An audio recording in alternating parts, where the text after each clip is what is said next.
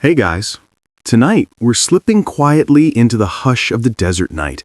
Your feet sinking just a little into the sand, the sky so wide it could swallow a thought. You're walking alongside a slow-moving caravan under a pale moon, each camel carrying silk bundles, porcelain jars, and one very precious cargo, dried, crinkled leaves that smell faintly of rain and mountains. It's the scent of tea before it even had a name. Someone hums softly, another adjusts a rope, and the rhythm of hooves begins to sound like a heartbeat. You probably wouldn't survive this trip. It takes months, and the water is never quite enough. But don't worry, you're only traveling in imagination tonight. So, before you get comfortable, take a moment to like the video and subscribe, but only if you genuinely enjoy what I do here. I'd love to know where you're listening from and what time it is there, because right now, it's midnight somewhere along the Silk Road. Now, dim the lights, maybe turn on a fan for that soft background hum, and let's ease into tonight's journey together. The desert isn't silent. Not really. The night air buzzes with invisible life. Crickets fiddle, someone's kettle whistles faintly on a distant campfire. You trudge alongside a dromedary that blinks at you, unimpressed. The man walking beside you, his robe dusty, his beard threaded with silver, tells you that he's been doing this route since before his eldest daughter could talk. He calls himself Yusuf, and his trade is simple: silk out, tea in. You glance at the sacks strapped to the camels and think, really, all this fuss for leaves? Yusuf chuckles when you ask. He says, but they aren't just leaves. They're conversation dried by sun. And that's when you realize what's moving through this caravan isn't just cargo, it's stories. Every stop on the Silk Road is like a social network, centuries before Wi-Fi. People gossip, they barter, they taste, they exchange names and half-truths. It's oddly comforting. A mainstream historical fact drifts into the talk. The Silk Road wasn't a single road at all, but a web of trade routes stretching thousands of miles, linking China with Persia, India, Arabia, and eventually Europe. Along these paths, not only silk traveled, but paper, spices, religion, and yes, tea. Historians still argue whether the word Silk Road even fits. It was coined only in the 19th century by a German geographer trying to simplify something too vast to name. The caravan halts. A fire crackles. You sit, hands warming around a chipped cup of earthy-smelling brew. It's bitter, but comforting, like a story that ends softly instead of neatly. The fringe tidbit Yusuf shares is that, according to old travelers' diaries, traders along this road could tell where a merchant came from just by sniffing their tea. Tibetan tea smelt smoky, Chinese green tea grassy, Indian blends had a sweetness of rain-soaked wood. It was an olfactory passport. Somewhere behind you, someone sneezes loudly into the sand, and Yusuf mutters something about desert spirits being easily startled. You pretend you didn't hear. As you sip, the stars seem to multiply. The night becomes deeper, thicker, the kind of darkness that invites thought. You imagine what it must have been like for those first merchants, leaving the safety of the city for weeks or months on end. They followed familiar constellations, trusted half-remembered maps, and prayed that the next oasis still had water. The risk was enormous, yet they came, generation after generation, lured by profit and, maybe, by the gentle addiction of the road itself. The wind picks up. A faint line of music travels through the dunes, someone strumming a two-stringed instrument, maybe a dutar. The melody rises and falls lazily, as if the night itself were nodding off.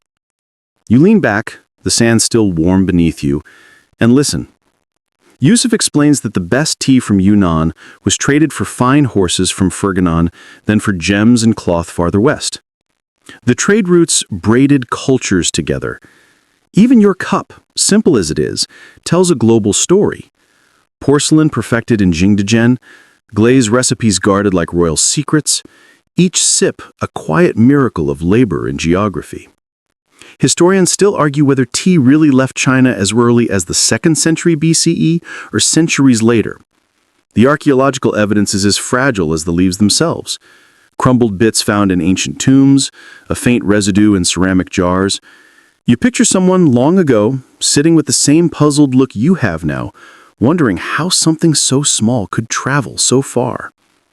A sleepy laugh rises from another fire. Someone jokes that camels gossip too, that they remember every trader who's ever packed them wrong.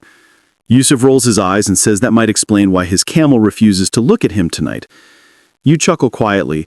It's the kind of a low humor that keeps a caravan sane. A faint memory of home crosses your mind. Something about your own bedtime rituals. A mug, a sound, a certain scent. Here, thousands of years ago, the same human craving for comfort hums through the camp. Tea is more than a drink. It's a pause. The desert wind cools. Sand grains whisper against the tents. The fire dies low, embers pulsing like tiny hearts. Someone murmurs a prayer in a language you don't know. And as you lie back, staring at the endless sky, you realize that this trade route, the one that carried silk and spices and gossip, also carried something else. The idea that life, no matter how far from home, could be steeped slowly into peace. You're almost asleep, your mind steeping too. The night's warmth fades into a mild chill. You pull your cloak tighter and close your eyes, hearing only the rhythmic grunt of camels and the faint hiss of wind through dunes. The first step of the world's biggest story has begun. One sip, one step, one whispered rumor. Morning creeps in softly across the desert, brushing light over the dunes like a hand smoothing out a blanket. You wake up to the sound of kettle lids clinking, water bubbling, and the low hum of traders preparing to move again. There's a faint tang of smoke in the air mixed with something green and floral, the tea that started it all. Yusuf offers you a small clay cup, the steam curling like a spirit. He says, "This leaf came from Yunnan, where the mountains breathe clouds." You take a sip. It's sharper now, earthy, alive. As you drink, you follow his story backwards, tracing the journey of the humble Camellia sinensis plant to its wild origins. The misty hills of Yunnan, deep in southwestern China, are the cradle of tea. Imagine narrow terraces carved into mountain slopes, trees heavy with glossy leaves, and farmers moving slowly through the fog like ghosts. Tea didn't start in neat plantations. It began as a wild shrub, half weed, half miracle. Monkeys and birds nibbled at its leaves long before people realized they could boil them for comfort. Historians still argue whether tea was first used as medicine or as a simple pick-me-up. One camp says it began with healers chewing leaves to ease fatigue. Another insists farmers discovered its magic by accident, when leaves fell into boiling water. Either way, someone took a sip, paused, and thought, "That's not bad." You picture that first accidental brew, wood smoke, a cracked pot, the hiss of rain on coals. The drinker probably didn't call it tea or cha or te. It was just warmth, something to hold in both hands. Here comes your first cheeky joke of the morning. You probably wouldn't last 10 minutes in that forest. Between the leeches, humidity, and mysterious buzzing things, you'd be reconsidering civilization. But you'd smell the tea even through the mud, the faint citrusy edge of young leaves drying in the sun. Yusuf tells you legends as the caravan begins to pack. There's the tale of Emperor Shen Nong, the mythical ruler who demanded all water be boiled before drinking. One day, a few leaves blew into his pot, turning it golden. He tasted it, liked it, and declared it a gift from heaven. It's the story so famous that every Chinese child learns it. Yet historians still debate whether Shen Nong ever existed. He's like the George Washington of beverage myths, useful, dignified, and almost certainly embellished. You walk alongside the caravan again. The camels grunt like disgruntled librarians. You ask Yusuf whether tea has always been this important. He nods slowly. In Yunnan, they drink it with salt. In Sichuan, with pepper. It's food, not drink. That's your quirky tidbit of the day. Early tea wasn't sipped delicately. It was cooked into soup with garlic, ginger, or even onions. Imagine that serving at your next brunch. The sun rises higher, turning the dunes pink, then gold. You squint ahead as the caravan snakes across the sand. Each step feels like time itself dragging forward. You realize that tea, like these journeys, depends on patience. It can't be rushed. It has to steep. By midday, you reach a small oasis town. Palms rustle over mud brick homes. A few traders greet Yusuf with cheerful shouts. They've met before. In this world, everyone knows everyone. There's a tea house here, low-roofed and cool inside. You duck in to escape the glare. The air smells of straw mats, smoke, and that unmistakable leaf. The owner pours boiling water from a battered kettle into a tall clay jar. The liquid blooms from clear to amber, like sunrise in miniature. He doesn't stir, doesn't rush, just watches. You realize that tea isn't just a drink, it's a pace, a philosophy, maybe even a rebellion against urgency. A group of traders nearby are debating loudly, something about whether Yunnan tea or Sichuan tea fetches higher prices in Samarkand. Historians still argue about this too. Which region truly birthed the culture of tea trade? The caravan rolls on, and soon the clay plains give way to a patchwork of rocky ridges and sun-baked valleys. You trudge alongside Yusuf, dust swirling around your ankles, carrying the faint scent of tea from the jars that bob gently on the camels' backs. The terrain is rougher now, and each step feels deliberate, a meditation in motion. You notice how the sunlight plays across the rocks, turning them from rusty red to pale gold, and imagine that the same travelers you follow may have paused here centuries ago, squinting against the glare and wondering whether the oasis ahead actually exists. Soon you arrive at a small Persian-style courtyard, the first sign of urban life in days. Low, sun-bleached walls frame an inner garden, and a fountain trickles a soft song of moving water. Orange trees sway lazily, releasing fragrant bursts of blossom into the still air. A few merchants linger, their voices soft but purposeful, bartering in a language that seems musical even to your untrained ears. This is one of those places where goods, ideas, and news converge, the very heart of the Silk Road's network. Yusuf motions you to sit on a sun-warmed stone bench beneath a latticework trellis. He begins to tell you about Sogdian traders, the masters of cultural exchange and rumor, who often acted as intermediaries between Chinese and Persian merchants. These traders didn't just move silk and spices, they were historians, diplomats, and most importantly, gossip carriers. A fact to savor, the Sogdians were so influential that their language and scripts spread along the Silk Road, leaving traces as far as the Mediterranean. Historians still argue whether they were truly the glue of East-West commerce, or if their importance has been exaggerated by romantic accounts of the Silk Road. As you sip a strong, bitter brew from a small porcelain cup, Yusuf leans in with a grin. You know, he says, some tea houses in these courtyards had more secrets than the emperor's palace. People whispered and letters were passed quietly between pots of tea. That's your quirky tidbit. Tea served as a kind of social lubricant where the right sip could start negotiations, end disputes, or even determine who inherited a caravan route. You probably won't survive reading these secret histories, but at least your imagination does. The courtyard feels alive with subtle rhythms, the soft tap of feet on stone, the chatter of distant merchants, the rustle of leaves above. You watch a small child chase a stray cat, laughing as the feline darts through the shadows. It's easy to see why tea and conversation were inseparable here. Each cup is not just a drink, but a prelude to stories, disputes, and delicate diplomacy. Yusuf describes the ceremonial etiquette of pouring tea, learned from years of observing Persian customs. One must tilt the cup just so, allow the leaves to swirl gently, and never, ever rush. The gesture conveys respect, patience, and an unspoken understanding of the social hierarchy.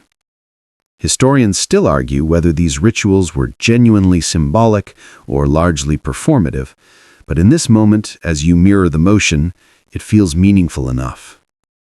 Outside the courtyard, the wind picks up slightly, carrying the scent of far-off spices and distant deserts. You close your eyes briefly, letting it swirl around you like a gentle veil. The aroma of the tea mingles with orange blossoms and dust, creating a strange but comforting cocktail of memory and place. A merchant seated nearby leans toward you and whispers about the tea code, a set of signs and gestures that could communicate trade secrets or warnings without a word being spoken. It's a reminder that this network of tea and gossip is subtle, layered, and quietly powerful. You can almost imagine messages hopping from cup to cup, caravan to caravan, whispering of fortunes gained or lost, of new alliances forming across continents. You take another slow sip, savoring the warmth that spreads from your hands to your chest. For a moment, you feel suspended in time, walking the same pathways, observing the same rituals, and tasting the same leaves that countless traders and travelers have encountered over centuries. The courtyard isn't just a resting place, it's a microcosm of the Silk Road itself, commerce, culture, and human curiosity interwoven with tea. As the sun tilts westward, casting long shadows across the courtyard, you rise with Yusuf to continue the journey. The camels are restless, and the road beckons once more. You glance back at the fountain and orange trees, knowing that somewhere beneath those branches, countless stories, some true, some embellished, have begun to travel the world just as surely as tea. The heat of the afternoon has softened into a golden glow as the caravan winds through a narrow valley, dust settling over your shoulders like a gentle shawl. You trudge alongside Yusuf, the rhythmic plod of the camels almost hypnotic, and notice that the air feels slightly cooler here, scented faintly with wild herbs growing between the stones. Somewhere a bird calls, its note echoing against the cliffs, and you think, not for the first time, how remarkably alive this desert feels when you're moving through it at the pace of history. Yusuf begins to speak about monks traveling along these trade routes, carrying not just scriptures but tales and techniques for brewing tea. Some were ascetics, walking barefoot for days, others scholars, pausing only to exchange a cup or a word. The mainstream historical fact is that Buddhist monks were instrumental in spreading tea northward into China and eventually into Japan. Their journeys intertwined meditation, commerce, and the simple pleasure of a warm beverage. Historians still argue whether tea was originally valued more for its caffeine or its sacred symbolism, but either way, it became a spiritual companion. You pause to sip from your own cup, inhaling the earthy aroma. Yusuf's voice softens as he begins telling one of his favorite stories about a monk who, traveling through the desert with a small caravan, would sprinkle powdered tea into his sandals to stay alert on long marches. You laugh softly at the absurdity. The caravan around you hums with quiet activity. A camel sneezes, a trader whispers a secret, a child laughs at a scuttling lizard. It's easy to see why tea and conversation were inseparable here. Each cup is not just a drink, but a linnets to landigans, engine disputes, or even give ministration to men's long thoughts. Historians still argue whether monks deliberately created tea culture to aid meditation, or if it simply grew organically as a companion to long, arduous journeys. Either way, the connection between travel, gossip, and tea is undeniable. You feel it yourself. Moving with the caravan, the world reduced to a few square miles of sand, stone, and ritual. As evening approaches, the golden light fades to soft pink, and the shadows stretch long across the valley. The air is cooler, carrying the faint scent of distant oases. You sip your final cup for the day, letting the warmth linger in your chest. The caravan stirs once more, preparing to move before darkness falls. You glance at Yusuf, the camels, the path ahead, and feel a gentle serenity wash over you, a small taste of the centuries of ritual, travel, and stories carried along this road. By the third day, the dunes begin to flatten into hard-packed clay, and the air smells faintly of salt. You can see the shimmer of heat lifting off the horizon like a mirage. The caravan has entered Tong territory now, 8th century China at its most cosmopolitan, where tea was no longer just a curiosity from Yunnan, but the quiet heartbeat of an empire. You trudge beside Yusuf, your sandals scraping the earth, and he begins to tell you about the tea houses of Chang'an, the Tang capital, now known as Xi'an. Imagine it. Streets buzzing with camels, scholars, soldiers, poets, musicians, and perfumers from across Asia. The city glows with red lanterns and smells of jasmine, sesame oil, and the faint, grassy sweetness of roasted tea.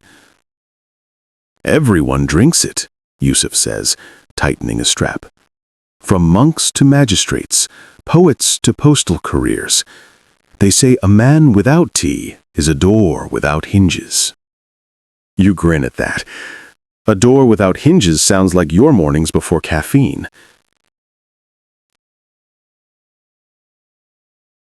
You wander away from the shimmering, oily crowd and step into the shadow of towering stone walls. The heat outside gives way to a cool hush within, and suddenly the noise of the city melts into something softer. Temple chants at dawn. The air is heavy with incense, thick curls of smoke spiraling upward like lazy clouds. Your ears adjust to the echoing rhythm of low voices, priests humming in unison, as though the building itself were breathing. You pause, letting the sound seep into your bones, calming and hypnotic, like an ancient lullaby. One solid fact: Egyptian temples weren't simply places of prayer for the general public. They were the homes of gods on earth, tended carefully by trained priests. Only the priests entered the inner sanctums, where statues of deities were bathed, dressed, and offered food each day. To outsiders, this might have looked like a private club for divine caretakers. To Egyptians, it was essential, the act that kept the universe in balance. You picture yourself standing beside the entrance as priests glide past, their shaven heads glistening with oil, linen robes whispering softly. One carries a small tray with bread and beer for the god. Another swings a censer, releasing puffs of frankincense that sting your nose but soothe your mind. You cough politely, trying not to ruin the moment with a sneeze. The chants rise and fall, words long familiar to the priests but foreign to your ears. Still, the rhythm is almost musical, vibrating in the stone, echoing across chambers painted with lotus blossoms, falcons, and stars. Some hymns are hymns to Ra, the sun god, others to Amun or Isis or Hathor. Each name feels like a secret key whispered into the morning. Historians still argue whether the chants were meant as literal communication with the gods or as performances to maintain cosmic order, though in the echoing hush, the distinction hardly seems to matter. A quirky little detail: some rituals involved awakening statues by ritually opening their mouths. Priests would touch the lips of stone with sacred tools, breathing life into the carved figure for the day's ceremonies. You can imagine someone fumbling the delicate ritual, tapping the statue in the wrong place, and earning disapproving glares from colleagues. Even gods, it seems, expected good morning manners. Nearby, a priest sprinkles water from the Nile, its droplets catching the light like tiny gems. Egyptians believed this act purified both the space and the worshippers, linking them back to the river that sustained all life. You remember the washerwomen by the banks, scrubbing laundry at dawn, and realize that ritual purification and daily chores were not so different, both ways of making order out of the day. The smell of incense deepens as you move closer to the sanctuary. The fragrance is layered: sweet myrrh, smoky frankincense, sharp juniper. It clings to your skin, weaving itself into your imagination until you feel drowsy, drifting. The hum of voices continues, steady, like waves rolling on the sea. Your own breath slows to match the cadence, your shoulders relaxing with every repeated note. Historians still debate the accessibility of these rituals. Were common Egyptians able to hear the chants from outside, or were they completely excluded from the mysteries? Some argue that the sound carried deliberately, reaching the city's edge, reminding everyone that the gods were being honored. Others believe the rituals were private, cloistered away. You stand here, half in and half out, straining to listen, lulled by what you can hear. You watch as a group of musicians joins in, their sistrums rattling with a metallic shimmer, drums thudding softly. The music twines with the voices like threads weaving into a tapestry. A priestess sways gently, her movements so slow they look like water rippling. The moment feels less like a performance and more like a sunrise, inevitable, steady, peaceful. Quirky little detail? Some rituals involved using food as offerings to the gods, setting out dishes of bread, meat, and fruit before the statues. Afterwards, the food was redistributed among temple staff. Imagine the gods nodding politely, letting the priests do all the eating. You can't help but smirk at the thought of a divine feast doubling as the world's earliest office lunch program. The light inside the temple shifts as the sun rises higher, spilling through narrow slits high in the walls. Dust motes drift lazily in the beams, glowing like tiny stars. For a moment, you feel as though you're standing inside the sky itself, wrapped in chants and incense, suspended between earth and eternity. Your eyelids grow heavy. The chants keep rolling, voices dipping low, then swelling like the tide, steady, predictable, endless. Somewhere outside, the city bustles on, but here the world narrows to sound, smoke, and stone.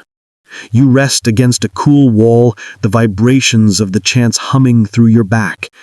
And just when you think it might stop, it continues, soft, steady, and soothing, like an ancient lullaby meant not just for gods, but for anyone drifting nearby. By now, the heat presses down like a heavy blanket, and you shade your eyes with one hand as you step into a field where workers are slathering something suspicious on their arms. At first glance, it looks like mud. Then you notice the smell, a sharp, earthy tang mixed with something faintly unpleasant. You squint, realizing you're watching people rub a concoction of crocodile dung and fermented plant matter across their skin. This, you realize, is sunscreen, or at least their best attempt at it. You're grateful for modern SPF, but the Egyptians seem determined to improvise. One fact historians agree on: the Egyptian sun was brutal, and protection was necessary. They wore lightweight linen and wide collars, but bare skin still faced the rays. Mixtures of animal fats, oils, and plant extracts often doubled as moisturizers and sun barriers. Crocodile dung is one of those stranger recipes mentioned in later texts, though scholars still argue whether it was ever widespread or more symbolic, some quirky remedy offered to wealthy households with access to crocodiles. Either way, imagine sitting under the sun with that smeared across your shoulders, trying to look dignified. The smell aside, you can almost admire the creativity. These people experimented constantly with mixtures. Oils from castor beans, sesame, and moringa were common, along with red ochre rubbed on cheeks not just for beauty, but for added protection. In effect, they layered style and survival together, wearing cosmetics like a second skin against the desert. Nearby, a farmer sits with his sandals off, coating his feet in a mixture of honey and animal fat, muttering about cracked heels. You wrinkle your nose at the stickiness, but honey was a prized healing agent. The Egyptians knew it slowed infections, and modern science nods in agreement. A quirky little miracle hidden in the same ingredient you'd drizzle on toast. Children chase each other in the dust, their heads gleaming with oil that serves as both sunblock and pest repellent. One boy, gleeful, smears his face with more than he probably needs, ending up shiny as a polished jar. His mother sighs, scrubs at him with a cloth, and the crowd chuckles. Clearly, kids wasting sunscreen isn't a new phenomenon. It's been happening for millennia. Historians still debate how much of these recipes were daily habits versus ritual acts tied to gods and magic. Was crocodile dung really believed to protect, or was it more about invoking Sobek, the crocodile god, for strength? A mixture of science and faith ran through all Egyptian remedies. After all, if you believed the gods guarded you, maybe you felt cooler even when the sun baked your shoulders. As the heat rises, you find shade beneath a palm tree, watching people reapply their concoctions. The mixture glistens in the sunlight, creating an odd shimmer, almost like scales. Perhaps that was intentional, a way of blending with nature, wearing the shimmer of the Nile's creatures as armor against the day. A merchant strolls by, carrying jars of perfumed oil. He shouts about their benefits, comparing his wares to ordinary dung-based remedies. You suppress a laugh, realizing you've just witnessed the world's first sunscreen marketing battle. The crowd gathers, sniffing the jars, bartering over prices, and choosing between smells like roses and smells like crocodile enclosure. The choice, you suspect, is an easy one. You lean back, lulled by the mix of voices and the sound of cicadas buzzing in the reeds. The smell isn't exactly relaxing, though if you focus on the myrrh and sandalwood oils, you can almost pretend. Still, part of you can't stop thinking about the unfortunate worker whose job it was to collect crocodile dung in the first place. Imagine telling your family that's your career, official crocodile collector. Sleepy or not, that's a title no resume should have to bear. And yet, it worked in its way. Oils, fats, and strange mixtures shielded skin, warded off insects, and gave people the comfort of feeling prepared against the desert. Beneath the humor lies a truth. Survival often depends on strange creativity. Even if the method smells awful, it represents resilience, trial and error, the constant negotiation between human bodies and a sun that never stops shining. The day stretches on, the air shimmering with heat. Farmers wipe their brows, women adjust their headscarves, and children dart between patches of shade, still shiny with oil. You feel your own skin prickle in sympathy, grateful for your imaginary sunscreen, though maybe you'll pass on the crocodile dung recipe. Instead, you let yourself be carried along by the gentle rhythm of everyday care, the buzz of insects, and the occasional squawk of a goose who clearly disapproves of your lack of fashion-forward sun protection. And as you drift further along the Nile's edge, you realize that even here, amidst odd remedies and quirky concoctions, the Egyptians' determination to thrive in their desert home feels strangely soothing. It's survival, yes, but with a touch of humor, and maybe even a whiff of sandalwood over the dung.